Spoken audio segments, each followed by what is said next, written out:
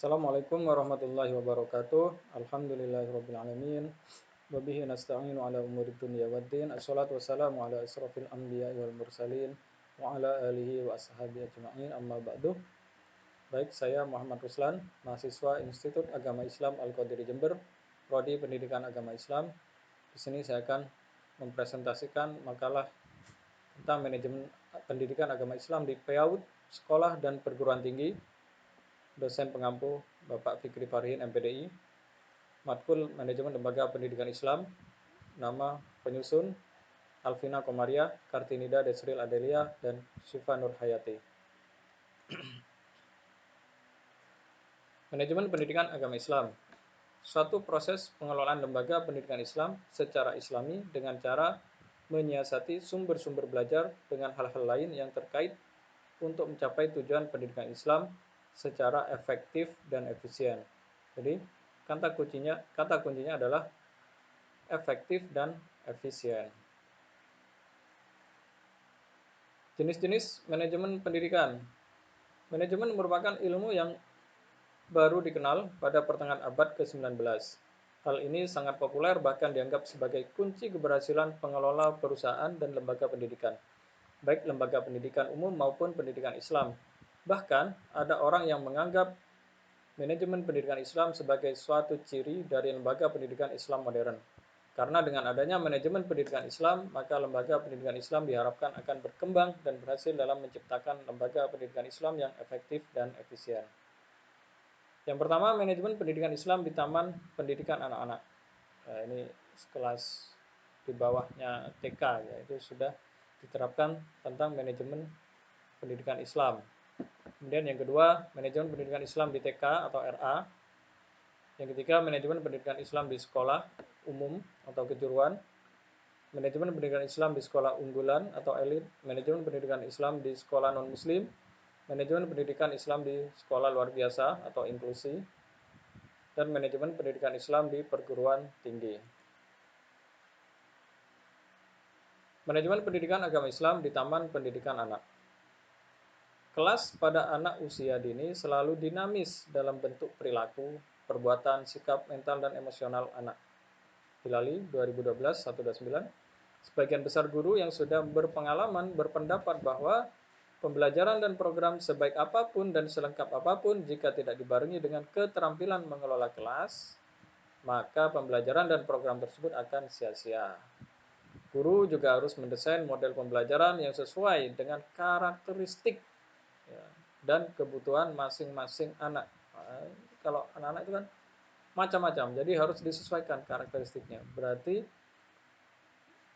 bermacam-macam model pembelajarannya, harus sesuai. Ya. Model pembelajaran yang dipilih harus tepat agar tidak membosankan bagi anak. Dan pengelolaan kelasnya juga jelas dan teratur sesuai dengan model pembelajaran yang akan diterapkan pada anak-anak. Melalui memilih model pembelajaran berdasarkan tujuan pembelajaran, maka guru mendesain kelas sesuai dengan model pembelajaran yang telah dipilihnya. Usia 0 sampai 2 tahun kemungkinan memiliki kelas yang masih fleksibel keberadaannya dan pengelolaannya. Namun pada usia 3 sampai 6 tahun sangatlah memerlukan perhatian dalam pengelolaan kelasnya.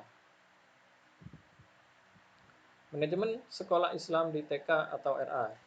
Periode usia emas atau sering sekali disebut sebagai golden age ini menandakan anak memulai semua hal pertamanya. Masa golden age diserupakan bagaikan spons yang mampu menyerap apapun, dilihat, didengar, dan dirasa. Golden age juga masa di mana anak mulai membangkang atau menunjukkan pendapatnya dengan caranya sendiri, yang disebut egocentris stage. Pendidikan informal dapat diberlakukan pada lingkungan atau keluarga anak. Pernyataan tersebut belum mendapatkan hasil yang baik karena mengalami kekurangan SDM yang berkualitas. Tidak meratanya peningkatan kualitas atau mutu tenaga pendidik dan juga pengelolaan manajemen sekolah yang menjadikan hal tersebut sangat krusial untuk menciptakan TK ataupun PAUD sederajat sebagaimana yang direncanakan. Hal tersebut karena pendidikan anak usia dini harus memiliki kualitas yang baik dalam mengembangkan tumbuh kembang anak, sehingga harus menjadikan pengelolaan manajemen yang baik agar memberikan dampak yang baik pada anak usia dini.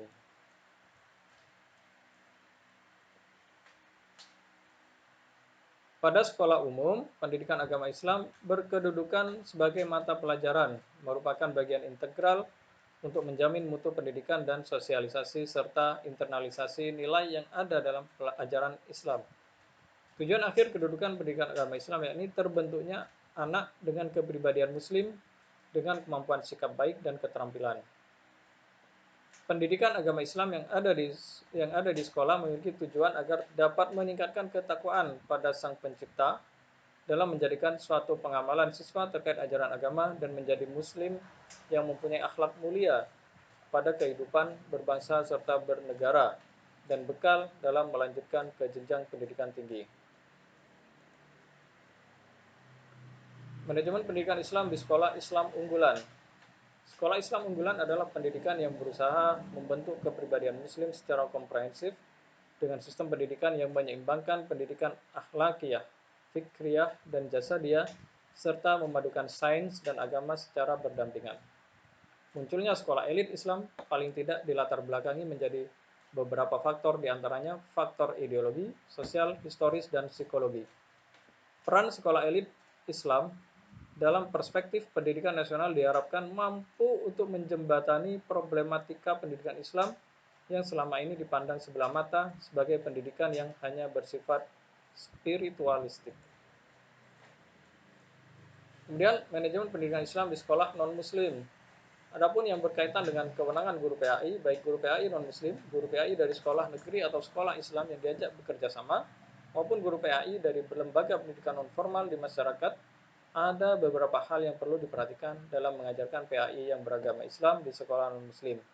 Yang pertama, memperkokoh keimanan dan ketauhidan, supaya peserta didik tidak mudah goyah atau tidak mudah diiming-imingi keimanannya untuk berpindah agama. Yang kedua, memperkuat kegiatan ibadah kepada Allah Subhanahu wa taala. Yang ketiga, memperkuat akhlaknya terutama ketika bergaul dengan agama lain. Yang keempat, memperkuat logika berpikirnya. Ini yang harus diterapkan atau paling tidak ditekankan kepada peserta didik di pendidikan non-muslim. Manajemen pendidikan Islam di sekolah luar biasa. Bagaimana dengan kemungkinan penerapan PAI di SLB tersebut? Permasalahannya, sejauh manakah kesiapan guru-guru PAI untuk diterjunkan pada SLB tersebut? Bahkan sejauh mana kesiapan Kementerian Agama menerjunkan guru-guru PAI di SLB tersebut? Menurut Husni Rahim, ada 3 kendala yang menyebabkan kesulitan implementasi PAI pada SLB tersebut, yaitu yang pertama, sulitnya mengangkat guru pendidikan agama Islam sebab prioritasnya masih pada sekolah-sekolah umum. Yang kedua, Departemen Agama, sekarang Kementerian Agama belum menyiapkan guru agama khusus yang siap diterjunkan ke sekolah-sekolah luar biasa, kecuali yang pernah dilakukan melalui PGA LB yang ditutup tahun 1976. Yang ketiga, Departemen Agama belum menyiapkan buku-buku maupun pedoman pendidikan agama Islam khusus yang diperlakukan bagi sekolah-sekolah luar biasa. Kemudian, manajemen pendidikan Islam di perguruan tinggi. Dalam konteks agama Islam, pendidikan agama Islam telah diselenggarakan mulai dari tingkat kanak-kanak hingga tingkat perguruan tinggi, baik perguruan tinggi agama maupun perguruan tinggi umum. Penyelenggaraan pendidikan agama Islam di perguruan tinggi umum memiliki tujuan tertentu yang sangat ideal dan mulia, apalagi PTU menempati posisi garda terdepan dalam mewujudkan gagasan-gagasan strategis dalam melaksanakan pembangunan nasional.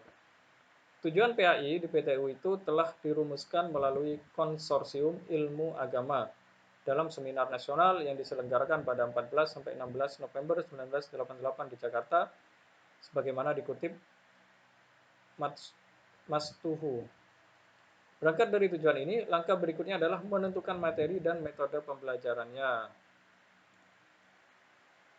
Kesimpulan, manajemen pendidikan agama Islam menyatakan bahwa manajemen pendidikan Islam adalah suatu proses penataan atau pengelolaan lembaga pendidikan Islam yang melibatkan sumber daya manusia muslim dan menggerakkannya untuk mencapai tujuan pendidikan Islam secara efektif dan efisien yang digunakan untuk mengembangkan pendidikan sesuai dengan lembaga-lembaga tertentu. Baik, terima kasih. Itu yang bisa saya sampaikan atau saya presentasikan untuk pertemuan kali ini. Kurang lebihnya mohon maaf. Kita tutup dengan bacaan hamdalah. Alhamdulillahirabbil alamin. Istighfar, astagfirullahaladzim, dan doa penutup majelis. Subhanakallahumma wa bihamdika asyhadu an la ilaha illa anta astaghfiruka wa atubu ilaik. Assalamualaikum warahmatullahi wabarakatuh.